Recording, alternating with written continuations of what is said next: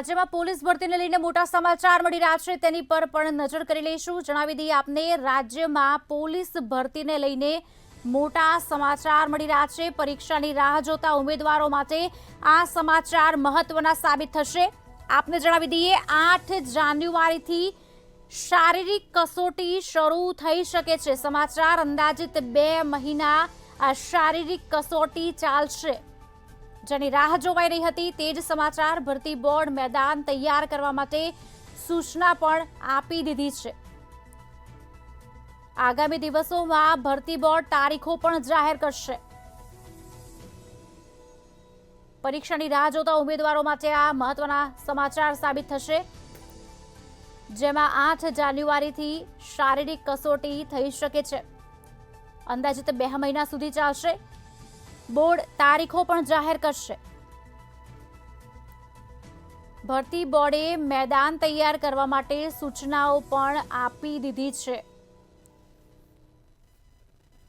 રાજ્યમાં પોલીસ ભરતીને લઈને આ મોટા સમાચાર, જેની રાહ જોવાઈ રહી હતી, તે જ ઉમેદવારો માટે આ મહત્વના સમાચાર છે। પરીક્ષાની જે રાહ જોઈ રહ્યા હતા ઉમેદવારો, તેમના માટે 8 જાન્યુઆરીથી શારીરિક કસોટી શરૂ થઈ શકે છે। અંદાજિત 2 મહિના સુધી આ શારીરિક કસોટી ચાલી શકે છે, તેવા સમાચાર। આજ અંગે વિગત આપશે મારા સંવાદદાતા ઉજ્જવલ વ્યાસ ફોન લાઈન પર જોડાયા છે।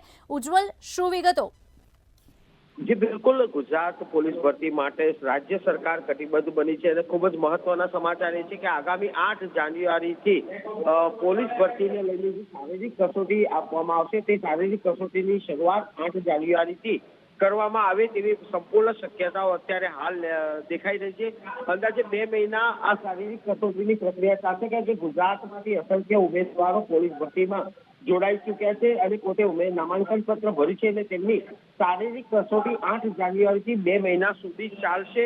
ભરતી બોર્ડે પણ જે તે સંલગ્ન જિલ્લાઓને પોતાના મેદાનો ટ્રેક તૈયાર કરવા માટે સંપૂર્ણ સૂચના આપી દેવામાં આવી છે। આગામી દિવસોમાં ભરતી બોર્ડની અન્ય તારીખો પણ જાહેરાત કરવામાં આવશે। જો કે આ બાબતે તત્કાલીન જે ચેરમેન છે આઈપીએસ અધિકારી નિર્જા રાવ ગોગોએ ગઈકાલે જ એક મહત્વની બેઠક કરી હતી અને તેની અંદર જ આ નિર્ણય લેવામાં આવ્યો હતો અને મોડી સાંજે પણ એક બેઠક મળી હતી, જેની અંદર તમામ જિલ્લાની અંદર જે શારીરિક કસોટી લેવાતી તે તમામને મેદાનો તેમજ આનુષંગિક વ્યવસ્થાઓ સંપૂર્ણ તૈયાર કરવાની સૂચના આપી દેવામાં આવી છે।